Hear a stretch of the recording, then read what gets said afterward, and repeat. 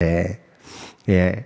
오늘 하나님의 말씀 이 로마서 8장입니다. 금요일에도 이번 지금 6월 달에 우리 경건의 시간이 이 로마서라 함께 나누었던 말씀인데 오늘 말씀의 제목이 뭐예요? 같이 한번 읽어볼까요? 시작. 아멘. 좀 크게 해주셨으면 더 고맙겠습니다. 제목이 뭐라고요? 끊을 수 없는, 맞습니다. 하나님의 사랑, 끊을 수 없는 그 사랑, 끊을 수 없는 하나님의 사랑에 대해서 함께 나누고 싶어요. 원래 로마서의 내용이 1장부터 16장까지 되어 있어요. 몇 장까지요? 16장까지. 그 1장부터 16장까지를 둘로 딱 나눠요. 1장부터 11장까지, 그리고 12장에서 16장까지. 1장부터 11장까지는 이론이라고 그래요. 이론. 구원에 대한 도리에 대한 논리적 이론을 아주 명쾌하게 바울이 그렇게 로마 서신서에, 로마 교회에 보내는 서신서에 기록해요. 이론인가 하면 그 다음에 12장에서는 실천의 내용이에요. 적용의 내용이라 하는 얘기죠. 맞아요. 1장부터 11장까지가 교리적인 부분이에요. 그런가 하면 12장부터 16장까지는 그 교리를 가지고 있는 믿는 자의 윤리, 삶에 대해서 얘기해요. 예. 1장부터 11장까지가 존재에 대해서 얘기한다면 12장부터 16장까지는 존재의 삶을 얘기해요. 바울 서신의 특징이 바로 그래요. 앞에서 이론을 얘기하면 그 이론에 따른 우리의 삶의 실천을 언제든지 바울 서신서는 제시하고 있어요. 교리 부분 전반부 이 이론의 문제, 이 논리적인 문제는 무엇을 믿는가 하는 문제를 다뤄요. 무엇을 믿느냐? 그 믿는 바에 따라 너의 삶이 어떻게 펼쳐져야 하느냐 하는 것이 반드시 뒤에 후반부에 나온다 하는 점이 있지요. 무엇을 믿는가 하는 문제를 먼저 생각하고 그러기에 어떻게 살아야 하느냐 하는 문제가 반드시 뒤따라와야 한다 하는 얘기예요. 그런데 우리는 항상 어떻게 살아야 하는가를 믿음보다 먼저 생각하는 경우가 많아요. 성경은 어디에도 그렇게 말하지 않아요. 우리의 존재에 대해서 먼저 얘기하고 그런 존재이기에 우리가 살아야 할 삶의 부분을 그 뒤에 뒷받침해서 얘기해 주고 있죠. 물론 이 두 가지가 다 합쳐져야 해요. 믿는 바와 그 믿는 대로 행하는 바가 함께 같이 균형을 이루어야 한다 하는 점이죠. 사도 바울 편지에서 그래서 믿는 바를 먼저 얘기하고 그 존재에 대해서 나의 나됨에 대해서 얘기하고 그 됨이 이루어가야 할 삶에 대해서 우리에게 제시해주고 있어요. 그런데 로마서가 11장까지가 이 교리요, 논리요, 그리고 이론에 대한 얘기라고 했는데 9장, 10장, 11장은 이스라엘 백성을 향한 하나님의 섭리에 대한 얘기를 해줘요. 그러니까 교리적인 완성은, 믿음의 도리에 대한 완성은 8장에서 마무리져요. 오늘 우리가 읽은 부분이 이 8장의 교리의 마지막 부분이라 하는 사실을 우리가 주목해 볼 필요가 있어요. 우리의 신앙의 진수인 믿음으로 의롭다 함을 얻는 이 귀중한 교리는 이 8장에서 결론을 맺고 있다 하는 얘기지요. 그래서 사실 오늘 본문의 내용은 복음의 비밀을 다 밝히고 난 다음에 그리고 정말 가슴에서 끓어오르는 이 복음 때문에, 이 복음의 내용 때문에 우리의 존재됨 때문에 너무 감격해서 그렇게 지금 고백하는 말이 오늘 31절 이 말이에요. 뭐라고 얘기해요? 31절 다 같이 그런즉 이 일에 대하여 우리가 다 논리적으로 이론적으로 우리의 신자됨이 믿음으로 말미암은 의로 하나님의 자녀된 권세를 얻게 되었음을 논리적으로 쫙 펼치하고 이야기하다 보니까 바울의 가슴이 너무 이 하나님의 은혜에 대한 이 믿음의 도리가 가슴 벅차. 그래서 이 일에 대해서 우리가 무슨 말을 더 하리요? 라고 감탄 어린 말로 의문사를 붙여서 지금 그렇게 고백하고 있는 내용이죠. 여러분, 감격과 기쁨을 주체할 수 없어서 팽 가는 대로 쏟아놓고 그리고 고백하는 고백이 오늘 본문이에요. 본문의 시작, 무슨 말을 하리요? 그런즉 이 일에 대해서 오직 그리스도 예수의 십자가와 부활의 이 도리를 믿는 믿음으로 말미암아 값없이 우리가 하나님의 자녀가 됐다니, 우리가 의롭게 됐다니, 세상에 우리가 이제는 더 이상 어떤 말을 더 할 수 있겠습니까? 라고 지금 극도의 감격과 기쁨을 표현하고 있다 하는 얘기예요. 여러분, 최고로 기쁠 때 그 감격을 어떻게 표현합니까? 흔히 이대로 죽어도 좋다 이런 표현 써요. 너무 좋아, 이대로 그냥 이런 표현 써요. 젊은 사람들은 와 진짜 화끈하네, 야 끝내준다, 야 까봉, 이런 말들로 우리의 기쁨을 더 이상의 어떤 표현하기 어려울 때 그런 감탄사를 써요. 그러나 더 극도로 좋은 순간 사실은 우리는 할 말을 잃어버려요. 우리가 무슨 말을 더 하리요? 이렇게 말을 잃어버리게 되어진다 하는 얘기예요. 누구나 감당기 어려운 벅찬 일을 당하면 말문이 막히게 되는 법이라 하는 얘기예요. 바울이 지금 그런 심정이 되어 이야기하고 있는 거예요. 이 일에 대해서 무슨 말하리요? 하나님이 날 사랑하시기에 예수 그리스도를 주시고 자녀 삼아 주셔서 나를 아시고 아신 나를 청하시고 청하신 나를 부르시고 부르신 나를 의롭게 하시고 의롭게 한 나를 영화롭게 하셨는데 이 일에 대해서 내가 어떤 말을 더 하리요? 이 말이 지금 감격 속에 터져나오는 이야기다 하는 얘기지요.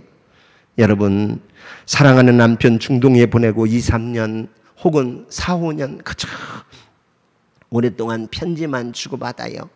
그리움이 점점 더 깊어져 가요. 편지를 쓰는데 아내가 썼다 또 지우고 썼다 또 찍고, 그저 사랑하는 여보 당신에게, 그리고는 한 장 넘겨서 또 그냥 쓰다가 그냥 할 말이 없어서 5장 제일 마지막 때 뭐라고 썼냐? 당신 보고 싶어요. 한마디만 썼디야. 당신 보고 싶어요. 남편이 그 편지 받고 그냥 사랑한 당신에게 하고 빈 페이지만 넘기다가 제일 마지막에 당신 보고 싶어요. 이 아내의 심정이 확 와닿으면서 눈물을 지면서 남편도 사랑하는 아내에게 하고 그냥 썼다 지웠다, 그 열사의 나라 그 중동에서 그 지친 몸이지만 그 기쁨으로 넘기고 5장 만들었대야. 그리고는 제일 마지막에 한 글자 썼다네.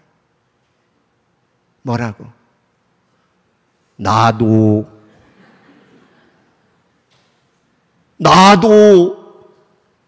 그랬대요. 드디어 몇 년 만에 돌아오는 남편 막 공항에 가서 맞이하는데 남편 오면 이런 얘기해야지 저런 얘기해야지, 애들 키우면서 어려운 이야기, 그저 정말 그리웠고 보고 싶었던 얘기, 그 보내온 돈 그 아끼고 아껴서 그냥 저축해서 적금 들어서 그것 한 얘기, 할 얘기가 얼마나 많은지 몰라. 그래서 이런 얘기 저런 얘기 해야지, 이런 얘기 저런 얘기 해야지. 그러다가 막상 남편 딱 맞으면 그냥 이런 얘기 저런 얘기는 다 사라지고 여보 하고 그냥 끌어안고 울고 만다 하는 얘기예요. 너무 좋을 때 뭘 잃어버려? 말을 잃어버려. 표현할 언어를 잃어버리는 것처럼 바울이 지금 내가 무슨 말 하리요? 이 사랑에 대해서, 이 하나님의 구원에 대해서 지금 말하고 있어요.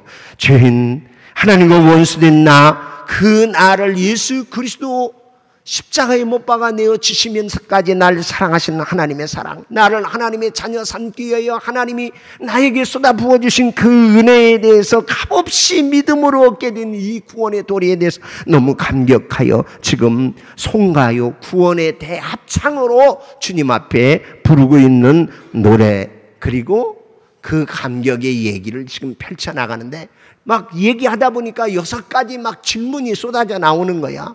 무슨 말 더 하리요? 누가 우리를 대적하리요? 어찌 그 아들과 함께 모든 것을 우리에게 은사로 주시지 아니하겠나요? 누가 우리를 고발할 것이에요? 누가 우리를 정죄할 수 있습니까? 누가 우리를 그리스도의 사랑에서 끊으리요? 라고 거듭거듭 바울은 지금 이렇게 질문하는 질문들로 쏟아놓고 있어요. 이 바울의 이 합창, 이 노래, 이 고백이 바울의 고백만이 아니라 우리 모두의 합창이 될 수 있기를 예수님의 이름으로 축복합니다. 이 바울의 고백이 저와 여러분의 고백이 되어져야 한다 하는 얘기지요. 오늘 본문 내용의 모습은 구원에 대한 찬송과 찬양이라, 그 주제는 구원의 확신이에요. 다시 말해서 우리가 얻은 구원이 얼마나 확실한 구원이고 우리가 얻은 신분이 얼마나 분명한 하나님의 사랑에 근거된 우리됨인가 하는 이야기를 펼쳐 나가고 있다 하는 얘기예요. 그런데 바울은 우리의 이 구원의 확신을 흔들어 놓을 수 있다고 생각되어지는 가장 큰 문제, 가장 치명적인 적 3가지가 있다는 얘기죠. 그 문제와 적들을 벌떼같이 한꺼번에 덤빈다 해도 우리의 구원은 절대 안전하다 하는 사실을 감격에 찬 어조로 지금 외치고 있어요. 첫째, 우리의 구원을 흔들어 놓을 수 있는 가장 큰 대적 중에 하나, 내가 하나님의 자녀라는 사실을 의심하게 하는 가장 큰 대적은 하나님의 사랑에 대한 의심이라는 거예요. 우리 옆 사람에게 확인해요. 구원에 대해서 의심하게 하는 것은 하나님의 사랑에 대해서 의심을 갖게 하는 것이다. 뭐에 대해서 의심 갖게 하는 것이다? 하나님의 사랑을 의심하게 만든다 하는 얘기예요. 예, 우리의 구원을 흔들어 놓을 수 있는 대적이 있다면 그것은 하나님의 사랑에 대한 의심이야. 이 의심이 우리에게 적으로 와요. 우리 31절 같이 한번 읽어보죠.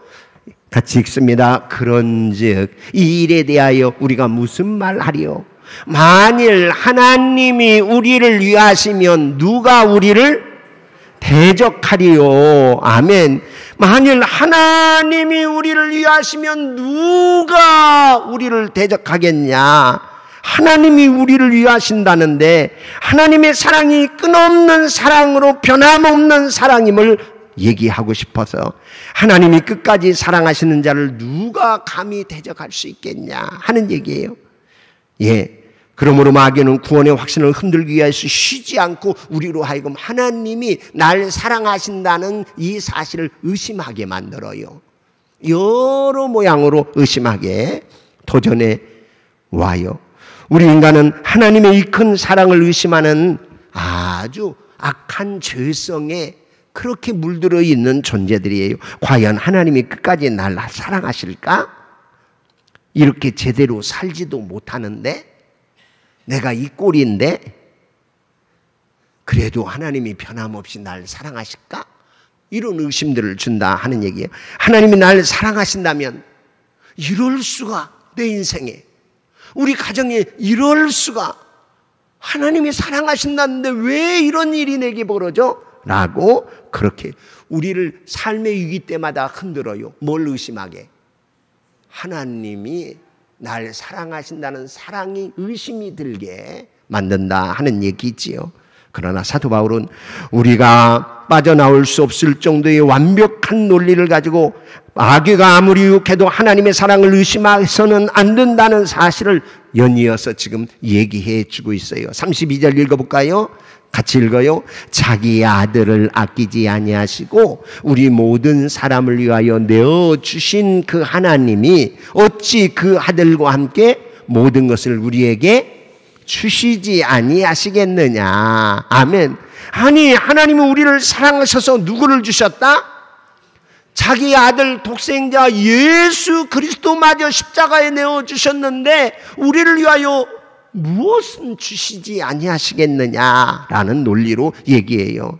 바꾸어 말하면요, 하나님이 가장 아끼신 것을 내게 주셨는데 어떤 것은 더 주시지 아니하시겠느냐. 하나님이 가장 귀하게 여기는 것을 하나님 편에서 포기하셨는데 하나님이 가장 값진 선물을 값없이 주셨는데 무엇은 너에게 주시지 아니하시겠느냐. 이 얘기로 우리에게 말씀하고 있는 거예요. 이렇게 엄청난 희생을 치르신 하나님의 사랑이 어찌 변할 수 있겠느냐. 머리를 식히고 조금만 냉정하게 생각해 보면 어떤 일이 있어도 의심해서는 안 되는 것이 이 하나님의 사랑이다. 그 사랑은 어디에서 나타난 사랑? 바로 독생자를 십자가에 내어주신 그 하나님의 사랑인데 아들 예수를 나의 죄됨을 위해서 나의 하나님과 원수됨을 위해서 내어주신 하나님의 사랑인데 이 사실에 대해서 말씀해요. 여러분 다시 십자가를 보십시오. 이 아들을 주신 하나님의 사랑을 언제나 십자가에서 확인할 수 있기를 주의 이름으로 축원해요. 우리의 삶에서 어떤 어려움 속에서도 하나님이 우리를 사랑하지 않아서 허락하는 어려움이 아니라 사랑하기 때문에 주시는 시련과 역경이라 하는 사실을 여러분 마음에 꼭 기억해야 합니다. 가장 큰 것을 주신 사랑인데 작은 것은 왜 안 주시겠어요? 가장 귀한 것을 주신 하나님인데 덜 귀한 것은 하나님이 어찌 아끼시겠냐 하는 얘기예요.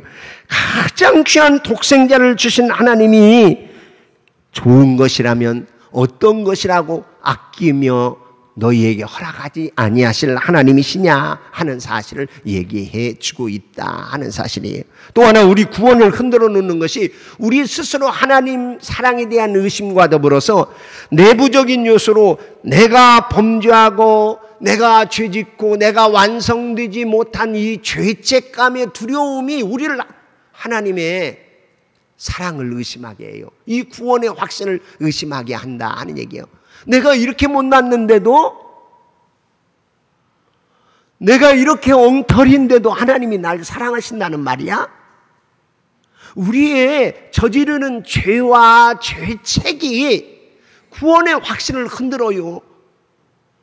우리됨이 하나님의 그리스도 예수 안에서 자녀됨을 흔들어 놓는다 하는 얘기예요. 여러분, 나는 과거에도 죄인이었고 지금 현재 오늘 또 죄인이고 앞으로도 나는 죄 지을 나 자신이에요.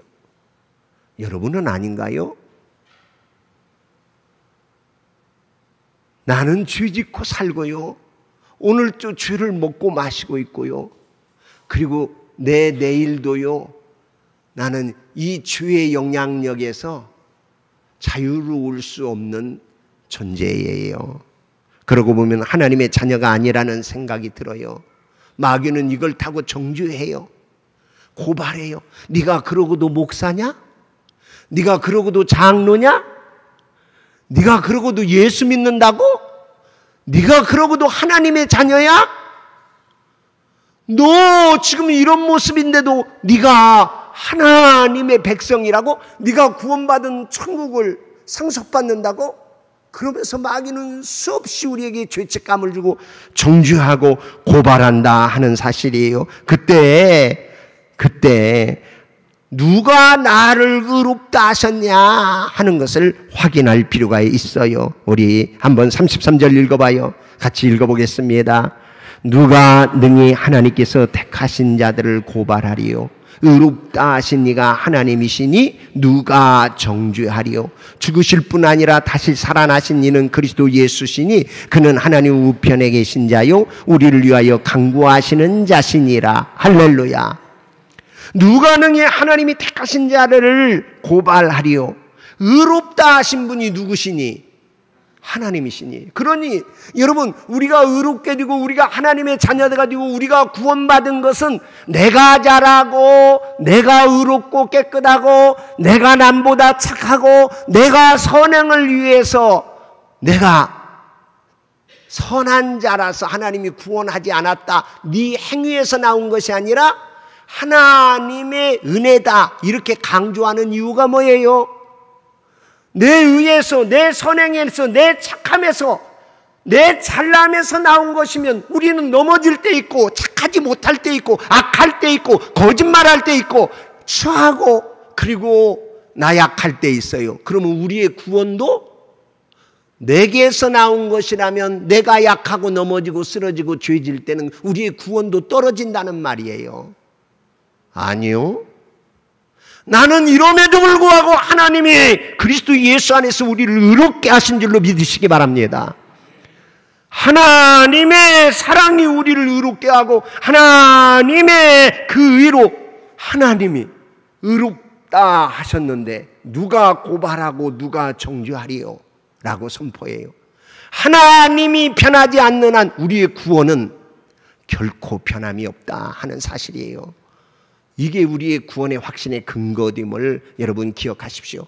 그러나 마귀는 계속해서 우리의 못남 때문에, 우리의 넘어짐 때문에, 우리의 죄지음 때문에 죄책감을 주고 네가 그러고도 천국 백성이고 천국 간다고 네가 그러고도 하고 계속해서 우리를 정죄한다 하는 사실이에요. 하나님이 의롭다 하셨는데 누가 감히 하고 지금 말하고 있다 하는 사실을 여러분 꼭 기억했어요. 구원은 내게서 난 것이 아니라 하나님이 그리스도 예수의 보혈로 우리를 의롭다 하신 것이지 내가 잘해서가 아닌 하나님의 은혜라 하는 사실을 잊지 말고 우리의 못남 때문에 우리의 구원의 확신이나 우리의 신분까지 의심하지 않기를 주님의 이름으로 축복해요. 나를 살리기 위해서 하나님이, 나를 의롭다 하시기 위해서 하나님이 나의 나됨을 위해서 그 아들 아낌없이 내어주신 그 하나님이 너 이제는 그리스도 예수 안에서 의로워졌어 라고 선포하고 선언했다 하는 사실이에요. 세 번째, 우리의 구원의 확신을 흔들기 위한 이런 내부적인 나의 정죄의식이나 죄책감 이것만이 아니라 외부적으로 시험과 환난이 찾아와요. 어려움이 찾아와요. 시련이 찾아와요. 그러나 결코 하나님의 사랑에서 끊을 수 없느니라. 할렐루야. 하나님의 사랑에서 아무도 끊을 수 없어요. 이 세상의 어떤 피조물이라도. 그래서 이어서 얘기하는 것이 이 모든 일에 우리를 사랑하시는 이로 말미암아 우리가 넉넉히 이기느니라 라고 말해요. 즉 우리 크리스찬도 이 세상 살아갈 때 여기 나타나 있는 모든 것처럼 때로는 생명, 때로는 사망, 때로는 하늘의 일, 때로는 땅의 일, 때로는 권세자들, 천사들, 때로는 현재일, 때로는 장래일로 인하여 여러 가지 어려움 속에 빠질 수 있다는 거예요. 그래도 하나님의 사랑은 끊어지지 않는 사랑이라 하는 사실이에요. 크리스찬이라고 어려운 일이 없습니까? 실패가 없습니까? 병이 찾아오지 않습니까? 죽지 않습니까? 우리에게도 모든 환난이 오나 어떤 사망, 죽음도 우리를 하나님의 사랑에서는 끊을 수 없습니다. 고난이나 환난이나 시련이나 역경이나 핍박이나 순교까지도 우리에게 찾아올 수 있어요. 그러나 그 어떤 것도 우리를 이 하나님의 사랑에서 끊을 수 없고 우리의 구원은 흔들릴 수 없는 자리로 부름받았어요. 우리 전북 극동방송에서 목회자 자문위원들에게 설교를 요청해서 녹음을 해뒀어요. 그걸 한번 들어봐 주시기 바랍니다. 메시지만 보냈는데 영상으로 제작해서 보내주신 내용이에요. 한번 우리 경청함으로 오늘 설교를 마무리하겠습니다. 전북 극동방송 목회자 소리 좀 크게 해줘.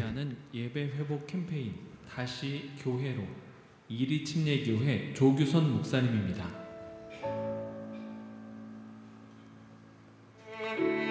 하나님은 하나님의 자녀들이 구원의 확신 속에 하나님의 영광을 위한 삶의 자리로 어제보단 오늘, 오늘보단 내일보다 더 주님을 닮는 신실한 하나님의 사람으로 자라가기를 기대하신 하나님이십니다.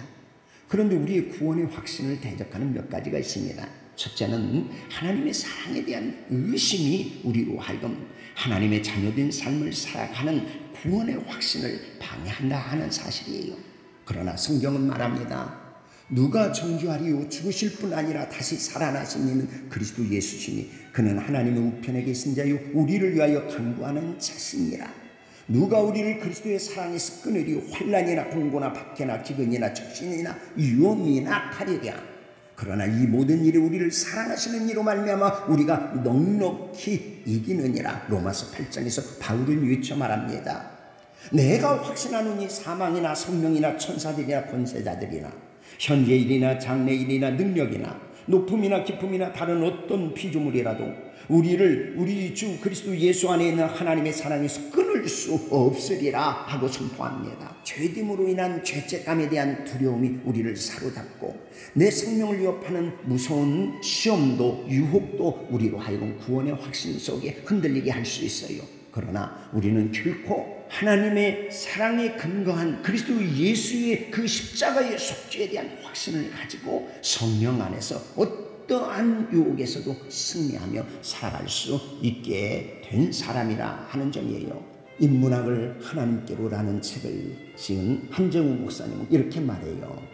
모두가 뇌세적인 사이렌의 유혹에 죽어갔지만 오디세이와 오르페우스는 사이렌의 노래를 이겨낸다. 그런데 이 두 사람의 이겨낸 방법이 참 대조적이다 라고 말하면서 트로이 전쟁 후 귀국길에 오디세이의 배가 그 섬을 지나가게 되었는데 그는 사이렌의 노래소리가 너무나 듣고 싶었습니다. 그래서 노를 젓는 부하들의 귀를 밀랍으로 막고 자신은 배의 돛대에 묶어놓게 했습니다. 마침내 사이렌이 살고 있는 섬 근처에 이르자 사이렌의 노래소리가 아련하게 들려왔습니다. 참 듣고 싶은 노래였지만 노래를 들은 오디세이는 미치기 시작해 소리칩니다. 배를 돌려라! 어서 배를 돌려! 노래소리가 나는 쪽으로 가라는 명령이었습니다. 그러나 밀랍으로 길을 막은 선원들은 오디세이의 명령이 들리지 않았고 계속 고향을 향해 배를 쳤습니다. 명령을 어기느냐? 오디세이는 소리를 쳤지만 자신의 몸을 돛대에 묶어놓아서 어쩔 수가 없었습니다. 그렇게 해서 무사히 그 유혹의 섬을 지나칠 수가 있었습니다. 반면에 오르페우스의 방법은 오디세이의 방법하고는 달랐습니다. 배가 그 섬 근처에 이르렀을 때 그는 아름다운 수금을 타기 시작해서 사이렌의 노래소리에 대항했습니다. 노를 젓는 선원들 모두는 오르페우스의 이 아름다운 수금 선율에 감동해 사이렌의 노래소리를 듣지 못했습니다. 여러분 신앙생활도 이와 마찬가지입니다. 세상 유혹에 빠지지 않도록 자신을 꼭꼭 묶어두는 오디세이적인 방법은 한계가 있다. 사이렌보다 더 아름다운 소리인 하나님의 사명에 붙잡힐 때 유혹을 이길 수 있습니다. 다시 한번 우리는 하나님을 향하여 예배의 자리로 나아와야 합니다. 주님의 이름을 영화롭게 하며 오히려 더 세상 유혹의 소리보다 아름다운 소리로 주를 찬양하며 주님 앞에 더 능력 있는 기도로 나아가야 합니다. 우리는 회복하고 모이는 일에 힘써야 합니다. 거기 성령님이 역사하시고 거기에 하나님의 음성이 살아있는 음성으로 우리에게 들려집니다. 예배의 자리로 나아갈 때 우리는 모든 세상의 유혹과 악한 마귀의 유혹에서 우리는 승리할 수 있습니다. 우리 다시 교회로 예배의 자리로 우리 말씀과 기도 다시 한번 돌아와 주님을 영화롭게 하는 거룩한 주의 백성들로 승리하는 삶을 살아가기를 기대합니다. 여전히 우리 주 예수 그리스도는 임마누엘 하시는 주님심을 기억하고 주와 함께 전진하기를 예수님의 이름으로 축원합니다.